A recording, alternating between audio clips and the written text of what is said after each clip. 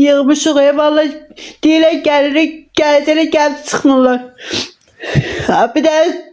Bir də maşınlar yoxdur ki gəlməyə bura ki bu suyu çəksinlər.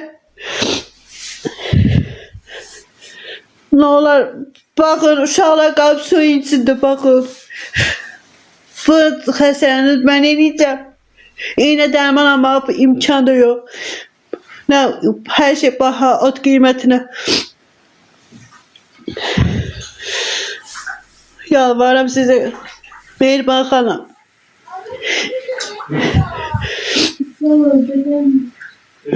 İcra hakimiyyəti xahiş edirəm sizdən. Kömək eləyərdiniz bizə ki bu uşaqları çıxardım.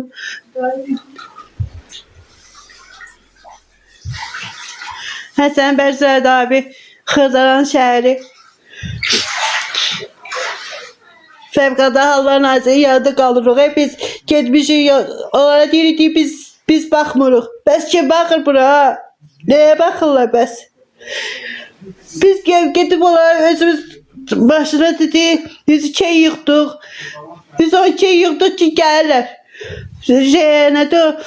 Azərsuya bildirmişik. Getdik burada Fövqəladə Hallar Nazirinə biz baxmırıq. Bəs kim baxır?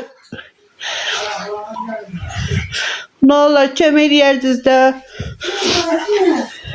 Telefonumun da zərətkası qutarır.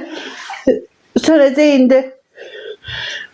Bir qoyum toka yıxsın bir də atacağım.